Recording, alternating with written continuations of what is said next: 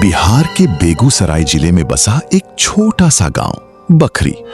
वैसे तो यहां सब शांत दिखता है, पर स्टेशन के उस पार नदेल घाट के खंडरनुमा मकानों में एक अलग ही धंधा चलता है। करण और आर्यन, दो ऐसे लड़के जिन्हें मर्दानगी का नशा और रातों की आवारागर्दी की लत थी, हर रोज वहां जाते थे। पर करण को पता नहीं था कि वो जिस्म की तलाश में निकलकर अपनी रूह वहीं छोड़ आएगा। आर्यन सिगरेट हाथ में लिए हुए, चल करण, आज देर हो गई, वो साक्षी तेरा इंतजार कर रही होगी। करण ख्यालों में खोया हुआ। आर्यन, मुझे लगता है वो यहां के लिए नहीं बनी। उसकी आंखों में वो चमक नहीं, एक गहरी खामोशी भी है। अबे पागल है क्या? वो एक धंधा करने वाली है। उसका काम है तुझे खुश करना और तेरा काम है पैसे देकर निकलना। प्यार व्यार के चक्कर में मत पड़, वरना बर्बाद हो जाएगा। करण साक्षी के पास पहुंचता है। साक्षी जो हर रोज दर्जनों गैर मर्दों के साथ वक्त गुजारती थी, करण के लिए सिर्फ एक धंधे वाली नहीं रह गई थी, बल्कि उसकी जिंदगी का हिस्सा बन चुकी थी। आज फिर आ गए? तुम्हें पता है ना, यहाँ से सिर्फ बीमारी और बदनामी मिलती है। ये सब जानते हुए भी तुम यहाँ चले आते हो। देखो साक्षी, मैं तुमसे बहुत प्यार करता हूँ और मैं तुम्हें यहाँ इस नर्क जैसी जिंदगी से निकालना चाहता हूँ। मुझसे देखा नहीं जाता जब कोई और तुम्हें छूता है। करण, ये दलदल है। यहाँ जो एक बार गिर गया, वो सिर्फ मिट्टी बनकर ही निकलता है। कल कोई और था, आज तुम हो, कल कोई और होगा। यही मेरी किस्मत है। साक्षी का किसी और के साथ होना करण को अंदर ही अंदर कांटे की तरह चुभने लगा था। आसमान से गिरती हुई बारिश की हल्की बूंदे और बिजली की चमकती रोशनी। कुछ दिन बीत गए। करण की मोहब्बत अब नफरत और जलन में बदल चुकी थी। एक रात उसने साक्षी को किसी और के साथ हंसते हुए देख लिया। उसका दिमाग सुन्न हो गया।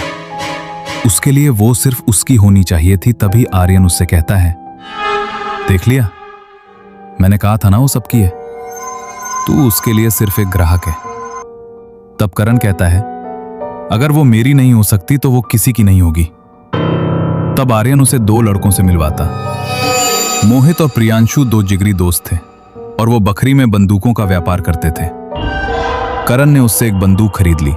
उसके बाद बोलता है, चल आर्यन, अब देखता हूं, वो मेरी नहीं हुई तो उसे किसी और का भी होने नहीं दूंगा।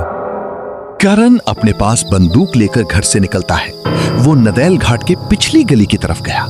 साक्षी अकेली खड़ी थी और बारिश में भीग रही थी।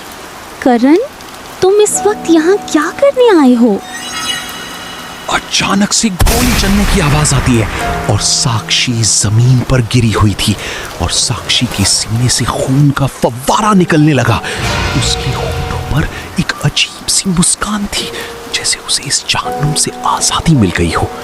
वो वहीं गिरी रही और धीरे धीरे उसका पूरा शरीर शांत हो गया।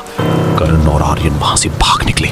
साक्षी मर चुकी थी, पर नदेल घाट की हवाओं में उसकी मौजूदगी अब भी थी।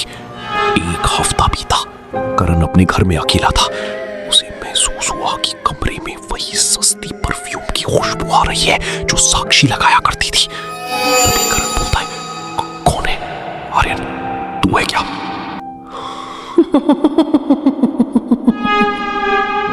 करण, तुमने मुझे आजाद कर दिया।